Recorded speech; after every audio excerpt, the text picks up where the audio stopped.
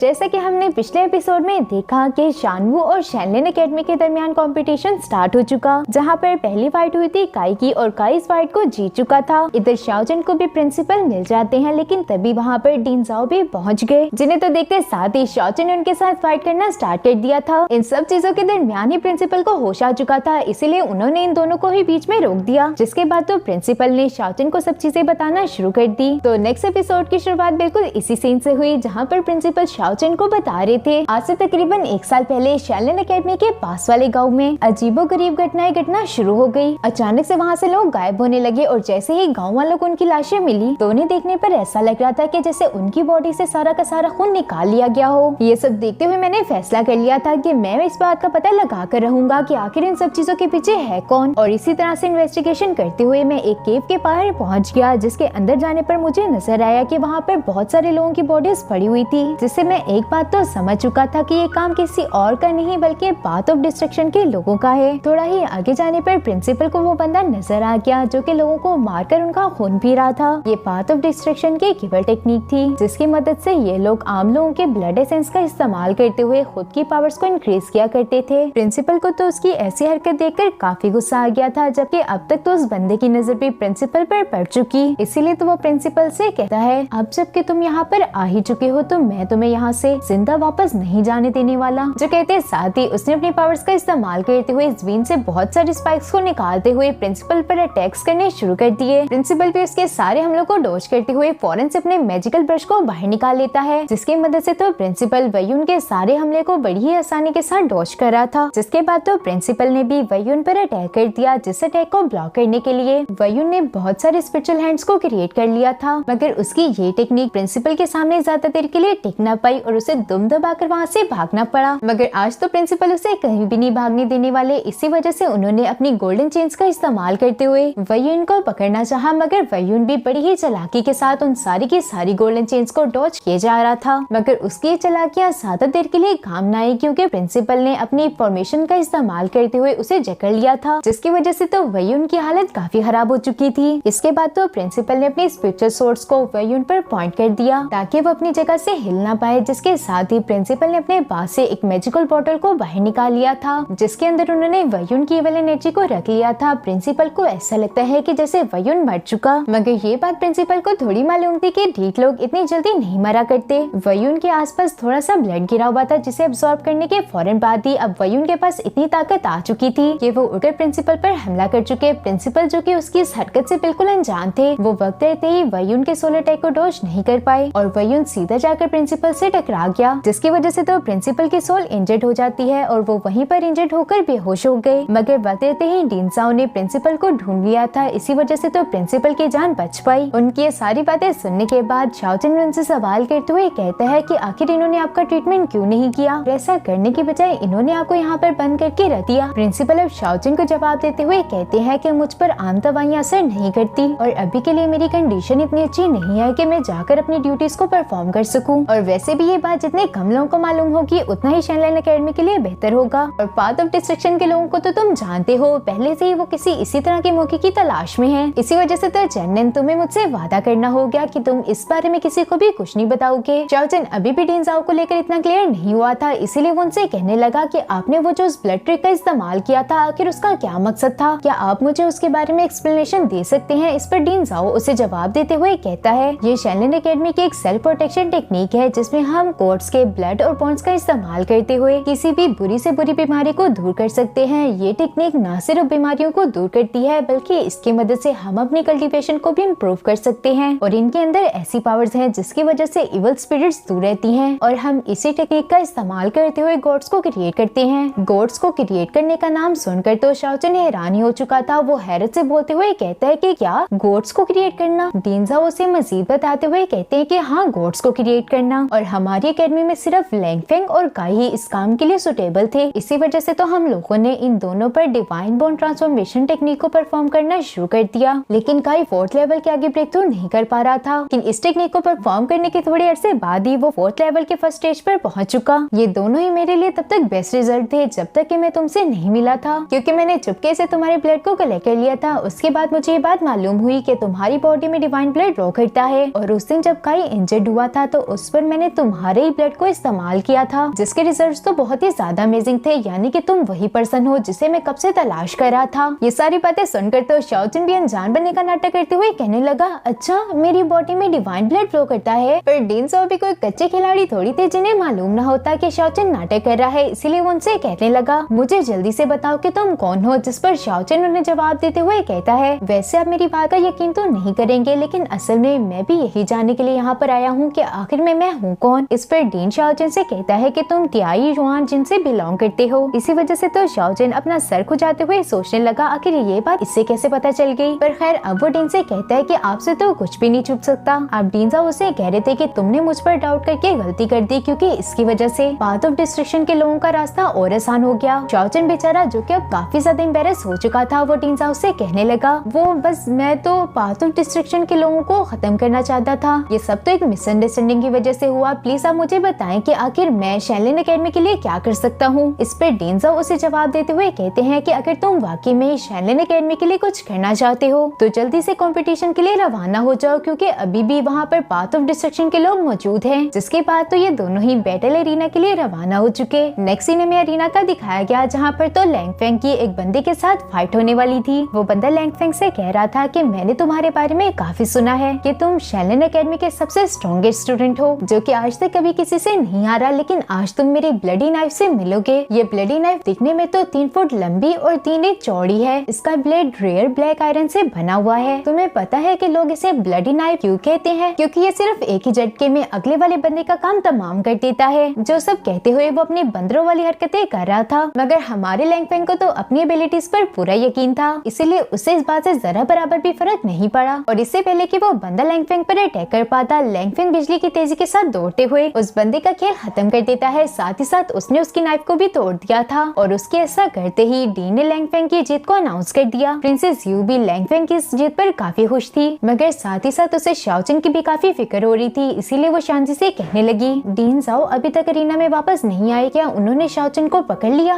इस पर शांजी उसे जवाब देते हुए कह रही थी कि मुझे इस बारे में तो कुछ भी मालूम नहीं, लेकिन हमें शाओजिन पर यकीन रखना होगा। और तभी अरीना में एंट्री हो गई शैनवाई की, जो कि अपने बड़े से ड्रैगन पर सवार होकर आया था। वो अरीना में खड़े होकर शांजी से कहने लगा, शांजी बाहर आओ और आकर मुझसे फाइट करो। ये बात सुनकर तो अरीना के आसपास मौजूद लोगों को कुछ समझ नहीं आया कि आखिर ये शांजी को क्यों बुला रहा है, मगर शांजी तो गेम की पार्टिसिपेंट थी ही नहीं, इसी वजह से वो शैनवाई के साथ फाइट नहीं कर सकती। अब डीन पे यहाँ पर अनाउंसमेंट कर देते हैं कि मिस लोंग की फाइट होने वाली है शैनवाई के साथ। मिस लोंग भी उछलते कूदते अरीना में पहुंच चुकी थी। मिस लोंग को अरीना में देखकर तो सब लोगों ने उन्हें चीयर करना शुरू कर दिया था, मगर शैनवाई तो अभी भी अपनी जिद पर अड़ा हुआ था। वो मिस लोंग से कहने लगा कि तुम यहाँ से चली जाओ, क्योंकि मैं तुम्हारे साथ नहीं बल्कि शांजी के साथ फाइट करना चाहता हूँ। इस पर तो काई भी अपनी लवर को प्रोटेक्ट करते हुए कहने लगा कि मुझे तुम्हें ये बताते हुए दुख हो रहा है, क्योंकि हम तुम्हारी फाइट शांजी के साथ नहीं करवा सकते। वो तियानताई सेक्ट से आई हुई एक एक्सचेंज स्टूडेंट है, जबकि ये मुकाबला तो शानवो एकेडमी और शैनलिन एकेडमी के स्टूडेंट्स के दरमियान रखा गया है। पर शैनवाई तो अभी भी अपनी बात से टस से मस होने के लिए तैयार ही नहीं था। वो कहने लगा कि अगर मैं सिर्फ उसी से फाइट करना चाहूँ तो। इस पर तो डीन अब उसे जवाब देते हुए कहते हैं कि ऐसा नहीं हो सकता, ये हमारे रूल्स के खिलाफ है, इसलिए तुम मिस लोंग से ही फाइट करो। मिस लोंग भी शैनवाई की इन सारी बातों से तंग आ चुकी थी, इसीलिए वो उससे कहने लगी,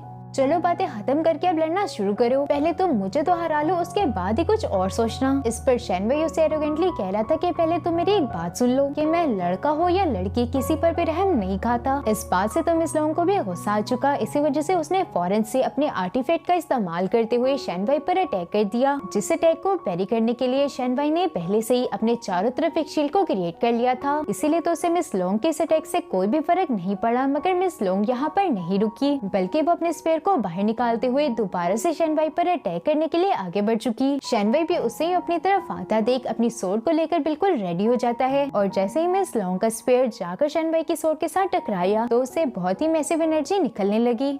इसी एनर्जी के इफेक्ट की वजह से मिस लोंग पीछे की तरफ हट गई और इसी के साथ ही इन दोनों के दरमियान ही close range combat fight start हो गई। शैनवाई मिस लोंग को दूर हटाते हुए अपनी भारी भरकम सोर्ड का इस्तेमाल करके उस पर एक स्लैश अटैक चल देता है। मिस लोंग ने अपने मैजिकल आर्टिफैक्ट का इस्तेमाल करते हुए खुद के सामने एक शील्ड को क्रिएट कर लिया था, मगर उसकी ये शील्ड शैनवाई के अटैक को रोक ना पाई और चकनाचूर हो गई। मिस लोंग ने तो जैसे तैसे करके खुद को संभाल लिया। ये देखते हुए शैनवाई शांसी को इमोशनल ब्लैकमेल करते हुए कहने लगा, शांसी अभी भी वक्त कहता है अगर तुम इससे बचाना चाहती हो तो जल्दी से अरीना में आ जाओ। उसकी ये बात सुनकर तो मिस लॉन्ग, जो कि अब तक थोड़ा सा रिकवर हो चुकी थी, उसे कहने लगी शानजी तुम अरीना में मत आना क्योंकि अभी तक हमारी फाइट नहीं खत्म हुई। जो कहते हैं साथ ही मिस लॉन्ग ने अपने सबसे पावरफुल अटैक को रेडी करना शुरू कर दिया, जिस पर शनवई तो ऐसे मुस्कुरा रहा था कि जैसे वो कोई करतब दिखा रही हो। सामने की तरफ मौजूद मिस लॉन्ग, जिसने अपने अटैक को अब तक पूरा रेडी कर लिया था, वो अपने बहुत सारे स्पिरिचुअल स्पीयर्स को लेते हुए शनवई की तरफ आगे बढ़ रही थी। शनवई, जो कि मिस लॉन्ग के इन सारे हमलों को डॉज करते हुए सीधा मिस लॉन्ग के पास पहुंच चुका था। वो न सिर्फ अपनी सोर्ड का इस्तेमाल करते हुए मिस लॉन्ग के स्पेयर को तोड़ देता है, बल्कि साथ ही साथ उसने मिस लॉन्ग पर एनर्जी अटैक्स करने शुरू कर दिए थे, जिसकी वजह से मिस लॉन्ग के मुंह से ब्लड आने लगा और मिस लॉन्ग सीधा आकर जमीन पर गिर गई। शनवई, जो कि बहुत ही कमीना आदमी है, उसने वहाँ पर अपने ड्रैगन को भी बुला लिया ताकि वो इसका इस्तेमाल करते हुए मिस लॉन्ग को मौत के घाट उतार सके। वो ड्रैगन मिस लॉन्ग पर फायर अटैक कर देता है। से हिट होकर मिस लॉन्ग अरीना से नीचे गिरने ही वाली थी, मगर वक्त रहते ही शांसी ने उसे पकड़ लिया था, जिसके साथ हमारा ये वाला एपिसोड यहीं पर खत्म हो गया। तो फिर मिलते हैं नेक्स्ट एपिसोड में, तब तक के लिए इतना ही, बाय बाय।